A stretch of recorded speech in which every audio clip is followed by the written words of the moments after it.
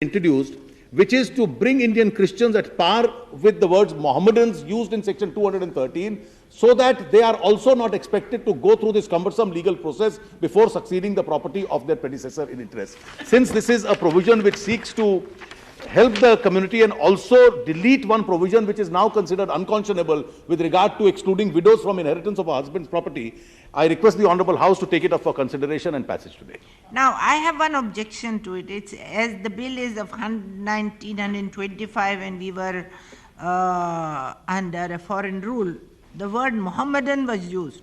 Now, no more this word is used in our country. We are, the Muslims are known as Muslim, non-Mohammedan. So you should delete this word and change it to Muslims. Because there are no Mohammedans.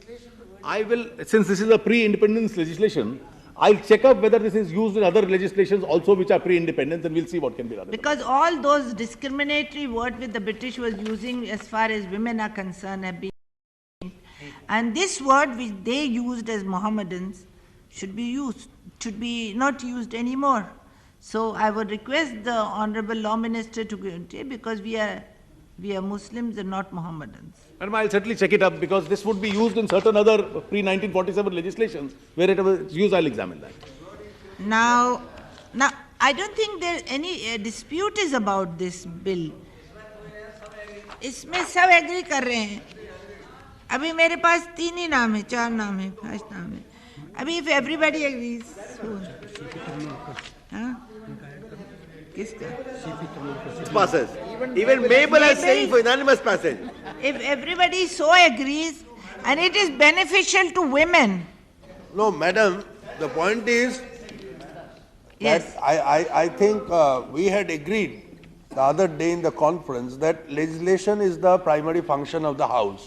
Therefore, if anybody has any point to be made, of course, there will not be a very long discussion on this, but I think whosoever has given the names, let them speak and we will go through the matter.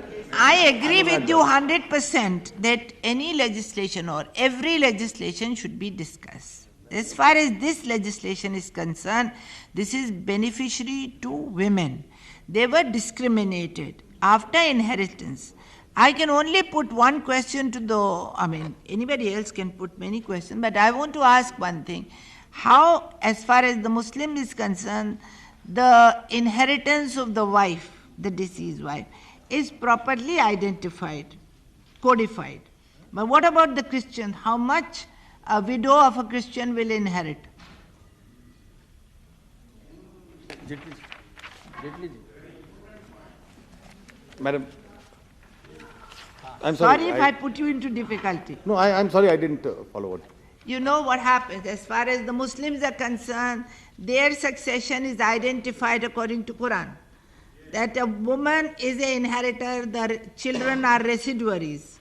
But as far as the Christian woman is concerned, how much share she's going to get from the husband?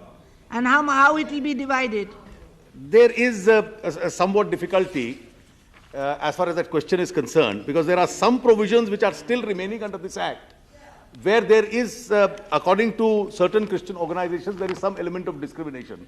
And they've just represented to me, but because I have not been able to have, the normal practice of the government is that whenever we receive representations with regard to personal laws, we have larger consultations with community leaders and others, and it's only after we've discussed with them we bring the amendment.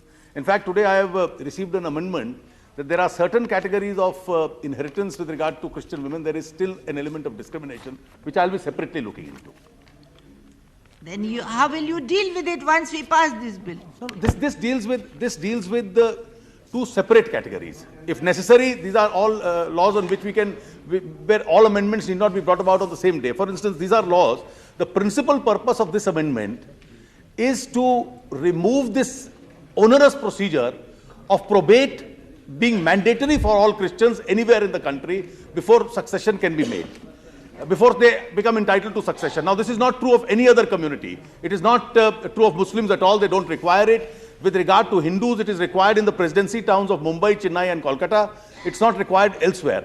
As I mentioned in the opening statement that I'll be discussing with them also whether, because so far no demands have been made of us to delete it with regard to Hindus on those 3 cities. Hindus elsewhere in the country don't require it. But the Christians have been making a very forceful plea that why should we be subjected to this discrimination and this should be deleted. So the principal purpose of this amendment is that. The second object is that otherwise a contract entered at the time of marriage. And I tried to find out what was the history, why was this provision brought in 1925, that at the time of marriage where wife and husband should be very fond of each other, they could enter into a contract to render the wife to destitution at a time when she becomes a widow, disentitle her from inheritance. This was really done with regard to those, for the protection of those cases where Englishmen would come to this country, and there were a large number of them before independence, marry women, but make sure that they are not entitled to inheritance of their British properties. So this provision was brought for that purpose, and today it is no longer required, so we are deleting it. There are some other provisions which are still areas of a problem, and I have in fact in my hand a representation I have received today itself, that they want those provisions also to be removed. For instance, when a son dies, the father becomes entitled to it, the mother is not entitled to inheritance. There are some provisions which are still discriminatory, and therefore Christian women's organizations have been writing to us. I'd be separately discussing with the community leaders before I bring about those. Among the Muslim, the mother also get the same proportionate share. So for instance, this is the representation, we'll be independently looking into it.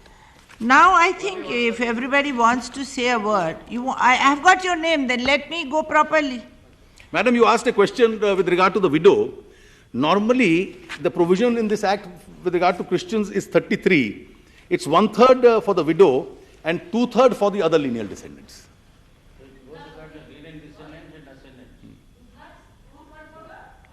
Two-thirds for the others. No, 1/3 for the widow. And the inheritors, who the children.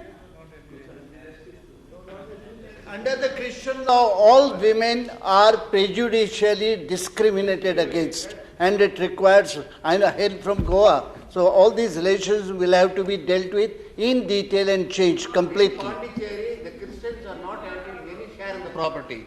They have been deemed to be Hindus, and I said the women are not entitled any right to the property. Then what is the need of making an amendment? Since we are dealing with personal laws, and my experience has been, I've been interacting with a large number of Christian organizations. Despite some initial opposition to some of these changes in the past, Christian women have been taking the lead, and the church authorities have also been very actively cooperating in the process of change of a large number of those laws. In the last session, we passed the amendments to the Indian Divorce Act, and when the organizations appeared before the standing committee, they improved upon the suggestions which the government had made. And this is after several efforts since 1947 had failed to bring about those changes. Therefore, what I am suggesting is that these amendments can be approved, and all other suggestions which we come to them, we have a regular consultation process with the members of the community, and after we have consulted them, there is no problem in bringing a second tranche of amendments on a later date if we so consider it necessary.